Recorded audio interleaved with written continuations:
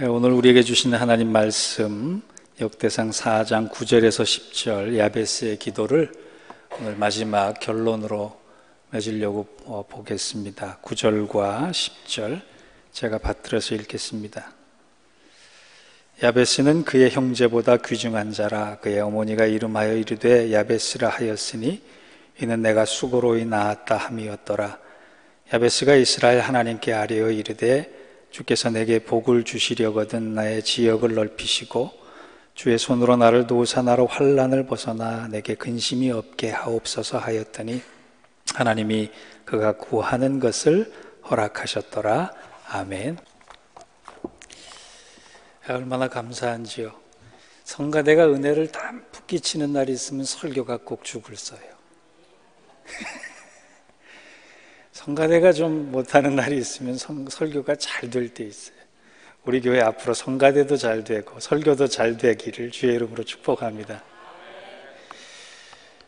제가 본 기도 제목 중에 이렇게 가슴에 오래 남는 기도 제목이 하나 있는데요, 이런 거예요.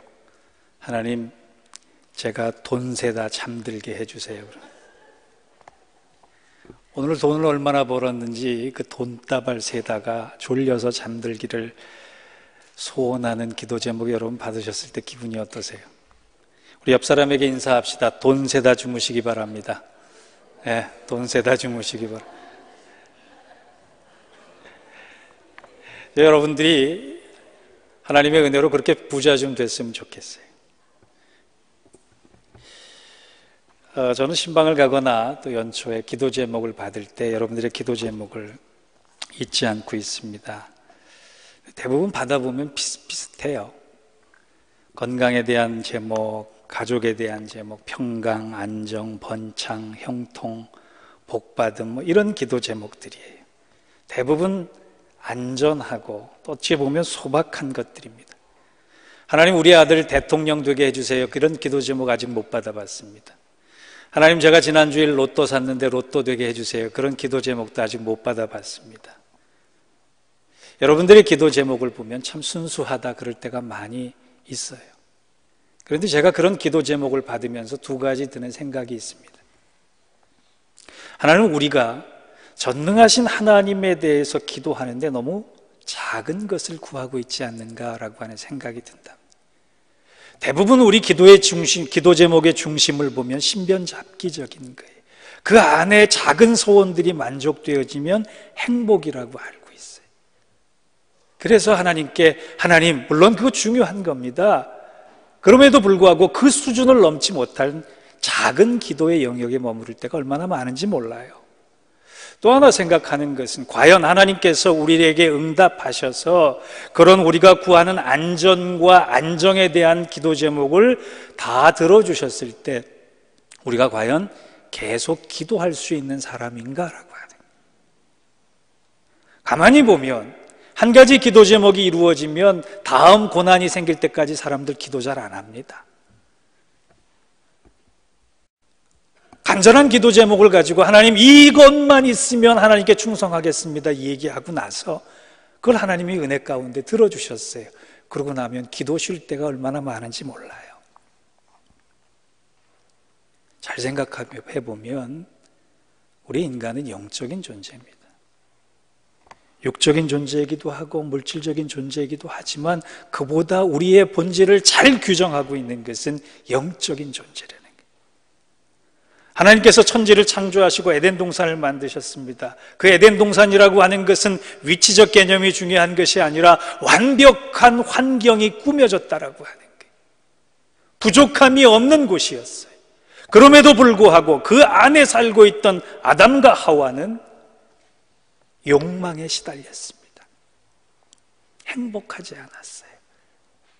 그래서 하나님이 주신 그 행복을 누리지 못하고 더 큰 욕망의 종노릇하게 된 것입니다. 이 말은요, 우리가 아무리 좋은 환경과 풍족함 속에 놓여 있어도 우리는 영적인 갈급함을 가지고 사는 존재라는 얘기예요. 이 영적인 갈급함은 다른 우리가 기도하고 있는 안전의 문제, 안정의 문제가 이루어졌다고 해서 풀어지는 것이 아닙니다. 이 영적인 결핍, 영적인 간절함, 영적인 목마름은 하나님 아니고서는 채워지지 않는 것이. 그래서 우리는 영적인 존재인 거예요. 여러분, 유명인들을 보세요. 왜 자살합니까? 죽었다 깨나도 다 못 셀 정도의 큰 부자가 왜 투신을 합니까? 그게 그냥 질병 때문일까요? 아닙니다. 그것은 영적인 문제입니다. 요한복음 7장 37절에서 38절을 보면 예수님께서 이런 말씀하셨어요. 누구든지 목마르거든 내게로 와서 마시라. 나를 믿는 자는 성경의 이름과 같이 그 배에서 생수의 강이 흘러나리라. 왜 예수님께서 굳이 배를 지칭하셨을까요? 몸에 다른 신체 부위도 많은데 예수님께서 왜 그 배에서 생수의 강이 넘쳐나게 하리라 배를 지칭하셨을 것 같아요. 곰곰이 생각해 보니까 그 배가 바로 우리 탐욕의 상징이라는 거예요. 여러분, 우리가 먹을 때 무엇을 채우기 위해서 먹어요? 머리 채우기 위해서 먹지 않습니다. 배 채우기 위해서 먹어요. 우리는 그러나 현실적으로 보이는 모든 것들을 먹어도 우리는 끝없는 배고픔에 시달릴 수밖에 없는 존재지만 하나님 주시는 생명의 진리를 먹는 순간에 아무리 겉으로 먹지 않아도, 빵을 먹지 않아도 우리는 배부를 수 있고 행복할 수 있다는 거예요.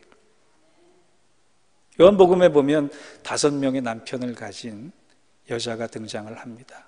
예배 문제 때문에 예수님을 만났어요. 저는 그 장면을 묵상을 하다가 그런 생각이 들었어요.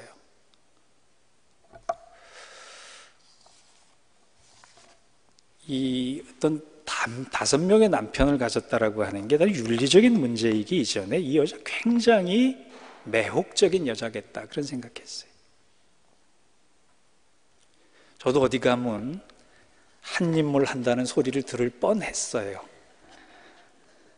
근데 마침 하나님이 거기까지 멈춰주셔서 스크린에 대비 안 하고 이 자리에 서 있습니다만 여러분, 애인이 많은 사람은 매력적인 사람이에요. 남편을 5씩 뒀다라고 하는 것은 여자가 특별한 매력이 있을 수 있다는 거예요. 그런데 그 여자가 행복하지 않았습니다. 그 여인을 향해서 예수님께서 그 말씀하신 거예요. 너가 아무리 좋은 남편을 만나서, 돈 많은 남편을 만나서, 명예 있는 남편을 만나서, 권세 있는 남편을 만나서 행복해지려고 해도 너의 배에 생수의 강이 흐르지 않으면 너는 진정 행복해질 수 없다는 거예요. 우리의 기도가 그런 이기적 만족을 위한 기도라면 그 여자의 모습과 동일합니다. 그러나 내가 아무리 가진 것 없고 어려움에 직면해 있어도 하나님, 내 배에서 생수의 강이 흐르기를 원합니다라고 하는 영적인 기도를 드리는 순간에 우리는 달라질 수 있다는 겁니다. 저는 오늘 야베스의 기도, 지난주, 지지난주 살펴본 결론을 그와 같은 차원에서 여러분과 2가지로 나누려고 합니다. 이 문제를, 방향을 놓고 우리가 계속 기도했으면 좋겠어요. 처음에 오늘 야베스의 기도의 결론의 처음은 이것입니다. 하나님, 다른 기도하지 마시고 이렇게 기도하세요. 하나님, 나의 마음과 삶을, 즉 내 자신을 먼저 변화시켜 주옵소서. 그렇게 기도하세요. 다른 기도보다 먼저 이 기도가 앞서야 합니다. 오늘 10절에 보니까 주의 손으로 나를 도우사 나로 환난을 벗어나 근심이 없게 하옵소서, 그렇게 구했거든요. 근데 잘 생각해 보세요. 환난이 없고 근심이 없는 사람이 어디 있습니까? 저는 제가 만나본 사람 중에 환난 없고 근심 없는 사람 못 봤습니다. 환난은 외적으로부터 오는 것이고 근심은 내 안에서부터 생기는 것입니다. 하나가 줄어들면 하나가 늘어나게 돼 있고, 하나를 이기고 나면 하나가 내 앞에 기다리고 있는 것이 우리 인생입니다. 죽은 다음이 아니고서야 이 환난과 근심으로부터 자유롭게 되는 사람은 거의 없어요. 그렇다면 우리가 예수 왜 믿어요? 환난과 근심 이기지도 못하는데. 그러나 성경은 우리와 똑같은 존재임에도 불구하고 그 환난과 근심을 이기는 사람 한 사람을 소개하는데 그 사람이 사도 바울입니다. 빌립보서를 보면 그는 갇혀 있었습니다. 그는 묶여 있었던 사람입니다. 그는 매를 맞았던 사람입니다. 그는 원치 않는 고통 속에 매일매일 시간을 보내야 했던 사람이었어요. 그런데 그는 그 상황 속에서 기뻐할 수 있다 얘기했습니다. 나는 환난과 근심을 내 기쁨으로부터 이길 수 있다고 고백했어요. 왠지 아십니까? 그가 주 안에 있었기 때문이에요. 우리가 주 안에 있는 순간 우리는 변화된 모습으로 있는 것입니다. 우리의 기도 제목이 가장 먼저 하나님, 다른 것보다 내가 변하기를 원합니다 기도드려야 될 것은 그 변화된 모습으로 주 안에 섰을 때 우리는 환난과 근심을 능히 이길 수 있는 사람이 되기 때문에 그렇습니다. 여러분, 주 안에 있는 사람은요, 그의 마음이 바뀐 사람이에요. 그의 삶이 바뀌기 이전에 마음이 바뀐 사람이에요. 마음은 우리 영혼의 중심입니다. 그 영혼의 중심 안에 믿음이 들어가고 예수가 들어가면 변할 수밖에 없고, 그 변화된 삶은 환난과 근심을 능히 이길 수 있는 사람이 되는 거예요. 그래서 야베스가 그것을 알았기 때문에 하나님, 내가 평지와 같은 삶, 시온의 대로와 같은 삶을 살기를 원합니다. 그렇게 기도한 것이 아니라 환난과 근심, 즉 내가 바뀌어서 그보다 큰 기쁨을 가지게 해 주옵소서, 그렇게 기도한 것이에요. 바야지히드라고 하는 사람이 이런 기도를 했습니다. 나는 젊었을 때 혁명가였다. 내가 하나님께 드린 기도는 이런 기도였다. 주님, 저에게 세상을 뒤엎을 힘을 주옵소서. 내가 중년이 되었을 때, 어느덧 내 인생의 절반이 덧없이 지나갔을 때 난 이렇게 기도했다. 주님, 나와 만나는 모든 사람들을 변화시킬 수 있는 힘을 주소서. 그리고 나서 내가 늙고 내 인생을 뒤돌아보게 될 때 나는 나의 우매함을 깨닫고 이렇게 기도했다. 주님, 지금이라도 저에게 제 자신을 변화시킬 힘을 주옵소서. 살아보고 나니까요, 세상을 바꿀 힘이나 다른 사람을 바꿀 힘보다 나 하나 바꾸는 것이 너무 어렵다는 얘기예요. 여러분, 살아가는 현실에서 세상이 바뀌었으면 좋겠다, 가정이 바뀌었으면 좋겠다, 다른 사람이 바뀌었으면 좋겠다, 교회가 바뀌었으면 좋겠다, 그거보다 먼저 할 것은 바로 내 자신을 바꾸는 일이. 여러분, 변화와 변질은 한 글자 차이. 아담은 변화된 사람입니까? 변질된 사람입니까? 변질된 사람입니다. 가룟 유다는 변화된 사람입니까? 변질된 사람입니까? 변질된 사람. 변화는 앞으로 나아가는 것이고 변질은 뒤로 물러서는 거예요. 디모데후서에 보면 사도 바울의 좋은 동역자였던 데마라고 하는 사람이 얼마나 복음의 교회에 열심이었는지 몰라요. 그런데 그가 어느 순간 세상을 더 사랑하고 바울을 버리고 도망갑니다. 그래서 그의 이름은 성경에 불명예스러운 이름으로 남아요. 그런데 베드로는 변화된 사람입니까? 변질된 사람입니까? 변화된 사람. 아브라함은 변질된 사람입니까? 변화된 사람입니까? 변화된 사람. 사도 바울은 변질의 대표에서 변화의 대표로 바뀐 가장 좋은 본보기. 저는 예수님께서 복음서에 보면 예수님의 첫 기적을 가나의 혼인잔치, 물로 포도주를 바꾸신 사건을 어떤 의미로 받아들이느냐, 주님의 가장 귀한 메시지로 받아들이. 너희가 기적을 경험하기를 원하느냐? 가장 먼저 변화되라. 여러분, 물과 포도주를 보지 마시고 변화를 보세요. 어떤 성도가요, 주님을 너무 만나고 싶었고 만나다 못해 주님과 식사하기를 원해서 그렇게 기도했대요. 예수님, 저 한번 만나주시고 저하고 식사 한번 해주셨으면 좋겠습니다. 그 기도가 얼마나 간절했는지 예수님께서 찾아오셨습니다. 그래서 예수님하고 이분이 근사한 레스토랑에 가서 식사하기를 시작했습니다.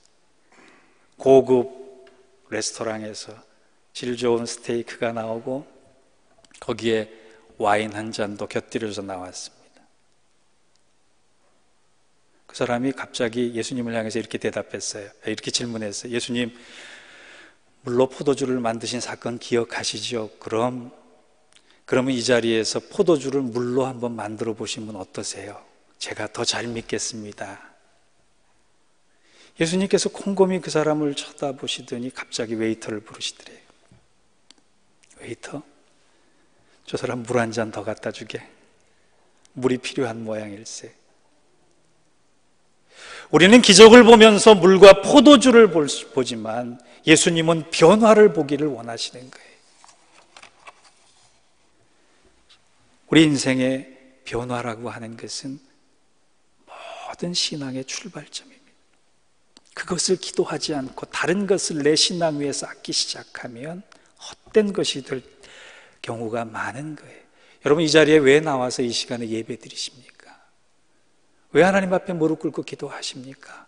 그 모든 시작이 하나님, 세상이 변하기를 원치 않습니다. 다른 것이 변하기를 원치 않습니다. 무엇보다 내 자신이 변화되기를 원합니다. 그런 간절함을 가지고 하나님 앞에 나오실 때 하나님이 여러분 변화시켜 주시고, 여러분 한 사람 변하는 것을 통하여, 여러분 한 사람이 바뀐 것을 통하여 여러분의 가정, 우리의 교회, 우리의 살아가는 모든 터전이 바뀌어 나가는 놀라운 기적을 만들어 가실 것입니다. 내 마음에 드는 하나님을 만들지 마시고 하나님 마음에 드는 변화된 나를 기도 가운데 이루어 가시는 저와 여러분 되시길 주의 이름으로 축원합니다. 두 번째 우리가 기도할 것은요, 변화된 나를 통해 전능하신 하나님이 증거되게 해달라고 기도하시기 바랍니다.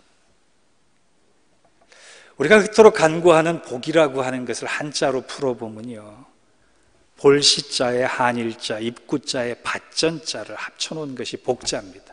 복이란 다른 것이 아니라 내가 가난한 소작농이었는데, 아무것도 없는 가난한 농부였는데 어느 날 열심히 일해서 내가 그 밭을 사게 됐다. 그리고 그 밭에서 나오는 소출과 결실들을 다른 사람한테 나눠주고 보여줄 수 있게 됐다. 그것이 복이라는 얘기예요. 무언가 보여줄 수 있는 것, 무언가 나타낼 수 있는 것, 무언가 나눠줄 수 있는 것이 복의 개념입니다.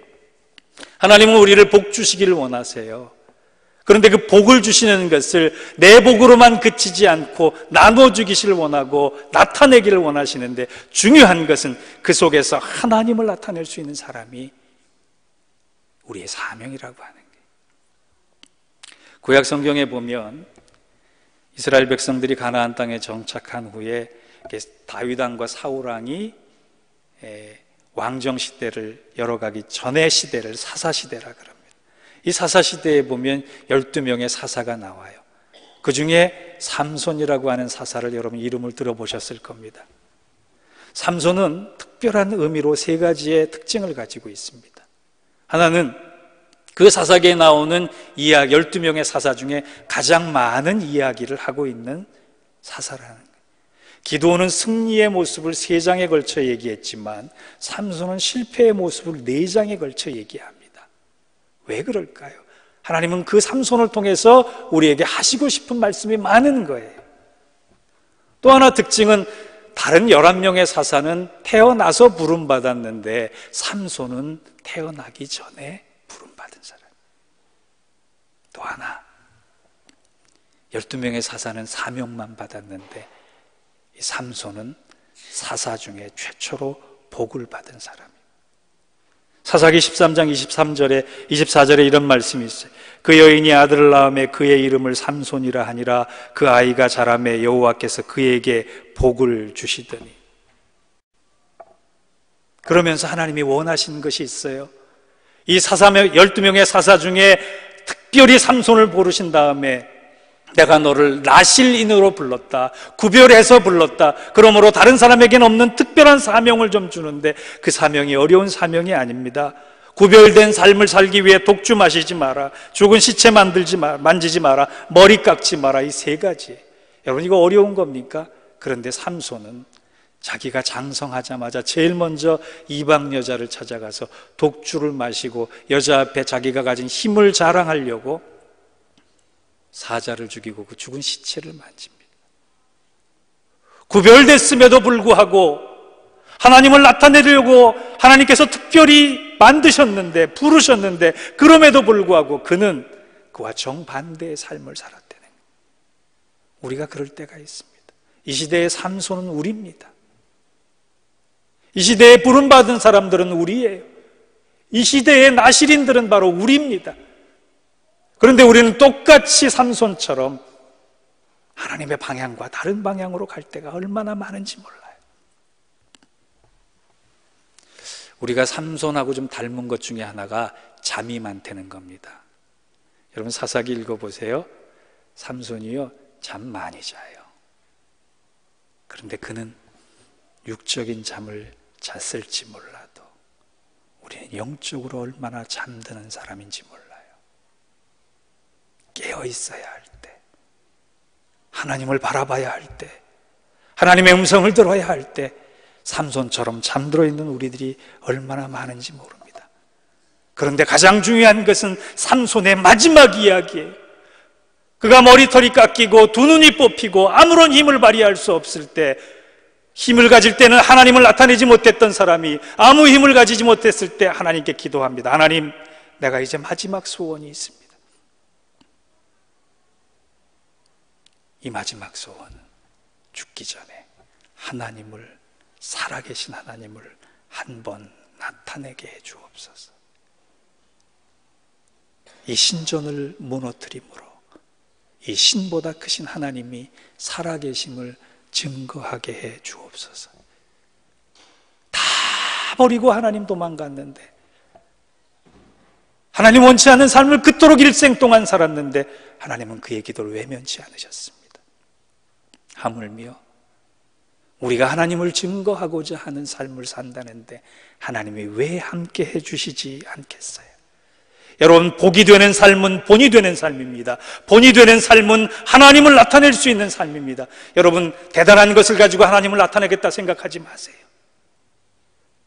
내가 살아가는 이 모습, 이대로 하나님을 나타내도록 하나님 함께 해 주옵소서 기도하실 때 하나님은 여러분을 통해 놀라운 모습을, 놀라운 영광을 보여주실 것입니다. 제가 어떤 간증집에서 읽었는데요, 굉장히 마음에 와닿는 간증집이었어요. 한국에 가면 콩나물 장사가 있습니다. 요즘은 자동차 타고 하지만 옛날에는 리어커 끌고 다니면서 그 집에서 키운 콩나물 파는 가난한 분들이 계셨어요. 이분이 얼마나 가난했는지 자식 셋 키우면서 콩나물 장사를 하기 시작했는데, 지하세방에 살면서 이 콩나물 장수를 면하고 싶은 게 아니라 이 지하세방, 곰팡이 끼는 지하세방을 벗어나고 싶어서 열심히 해 뜰 때부터 해질녘까지 애썼습니다. 마침 그의 성실함을 인정받아서 사람들이 콩나물을 잘 사줬고 몇 년 고생해서 아껴서 우리 돈으로 한 2만 불, 한국 돈으로 한 2천만 원을 모았어요. 이제 곧 이 지긋지긋한 지하세방을 탈출할 때가 된 겁니다. 그런데 꼭 돈 있을 때는 사람 모여요. 그렇지 않아요? 어떻게 알고 왔는지 절친한 사람이 와가지고 내가 3일만 쓰겠다고, 급한 일이 있는데 3일만 쓰겠다고. 여러분, 교회에서 절대 돈 가지고 서로 주고받지 하지 마세요. 그런 돈이 있으면 그냥 저한테 갖다 주세요. 제가 알아서 할게요. 돈 서로 주고받지 하지 마세요. 3일만 빌려 쓰기로 한 사람이 5일이 지나도 연락이 없네요. 이런 경우 참 많죠. 옛날엔 더 그랬습니다. 이 콩나물 장수가 덜컥 주저앉아서 하나님을 원망하기 시작해요. 하나님, 어떻게 모은 돈인데, 하나님, 내가 어떻게 고생해서 만든 돈인데 저에게 이러실 수가 있습니까? 돈 많은 사람도 세상에 널리고 널렸는데 이 단칸방 한번 벗어나겠다고 이토록 열심히 일한 내가 무슨 죄가 있어서 이 전세잔, 내 목숨 같은 2천만 원을 이렇게 뺏어가십니까? 알고 봤더니 2천만 원만 모은 게 아니라 동네 교회 여기서 저기서 돈을 모아서 이 사람이 작심하고 도망간 거예요. 하늘이 무너지는 것 같았는데 어느 날 전화를 받았습니다. 돈 빌려간 사람이. 집사님, 사실은 내가 피치 못할 사정이 있어서 이렇게 마음 아프게 해드렸는데 그래도 눈에 제일 밟히는 게 집사님이어서 내 지금 공항인데 미국 가려고 그러는데 수중에 1,000만 원 있으니 1,000만 원이라도 와서 받아가라고.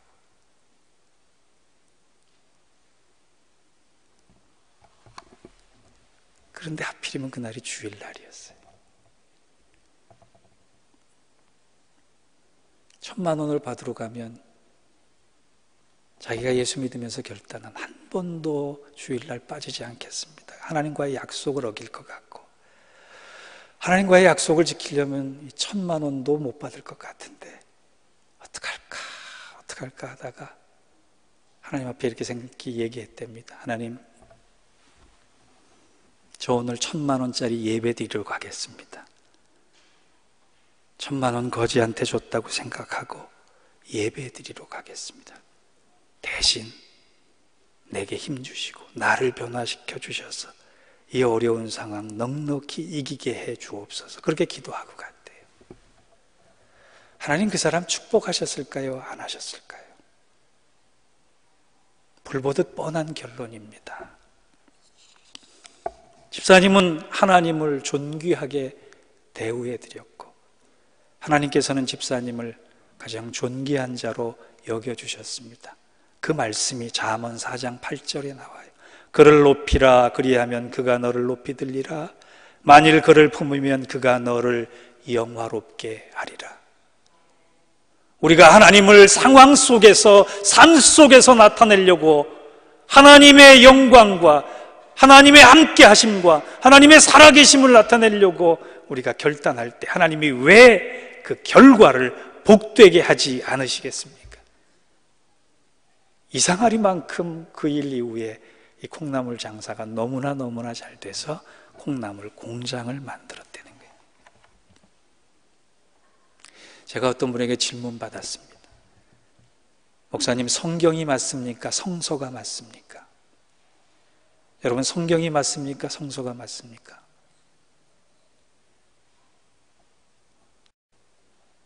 제가 그 대답을 얻기 위해서 대한성서공회 홈페이지에 들어갔더니 이와 같은 대답이 있었습니다. 성경도 맞고 선서도 맞습니다. 왜냐하면 성경 전서를 앞으로 줄여서는 성경이 되고 뒤로 앞뒷말로 줄여서는 성서가 됩니다. 보다 중요한 것은 성경은 성서도 아니고 성경도 아니고 구약과 신약 하나님의 약속입니다. 이렇게 답변되어 있더라고요. 사랑하는 성도 여러분, 내가 변화돼서 하나님을 나타내려고 할 때 하나님은 우리 성경 가운데 약속한 모든 약속을 우리에게 행해 주실 것을 믿습니다. 그것이 구약과 신약이에요. 성경의 가장 좋은 번역은 내 삶 속에 드라마틱하게 나와 함께 하시는 하나님을 세상에 보여줄 수 있는 것 이상의 좋은 번역이 없습니다. 영어를 못해도, 헬라어를 못해도, 히브리어를 못해도 오늘 우리 삶 속에 함께 하시는, 나를 붙드셔서 야베스가 구한 그 모든 것을 다 듣고 허락하셨다는 하나님의 약속이 바로 우리의 약속이 될 수 있도록 우리 그런 기도를 통해 복 주심을 다 허락받는 저와 여러분들 되시길 바랍니다. 이 기도를 결론 지으면서 제가 좋아하는 시 하나 읽고 마치겠습니다. 제가 어려울 때마다, 마음이 힘들 때마다 이 시를 묵상해요. 제목은 오늘 나의 길에서라고 하는 시입니다. 주여, 오늘 나의 길에서 험한 산이 옮겨지기를 기도하지 않습니다. 다만 저에게 고갯길을 올라가도록 힘을 주옵소서. 주여, 내가 가는 길에 부딪히는 돌이 저절로 굴러 없어지기를 원하지 않습니다. 그 넘어지게 하는 돌을 오히려 발판으로 만들어가게 하소서. 주여, 넓은 길, 편편한 길, 그런 길을 바라지 않습니다. 다만 좁고 험한 길이라도 주와 함께 가도록 더욱 깊은 믿음 주옵소서. 주여, 내가 살아가는 길이 비록 정금같이 되지 않아도, 시온의 대로가 되지 않아도 주께서 함께 하심으로 나를 사랑하심을 보여주는 삶이게 하소서.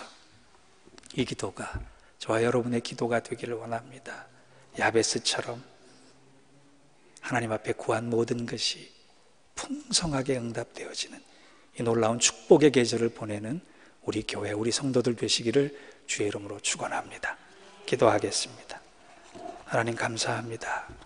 우리가 분명한 기도의 제목을 가지고 기도하는 사람 되게 해 주옵소서.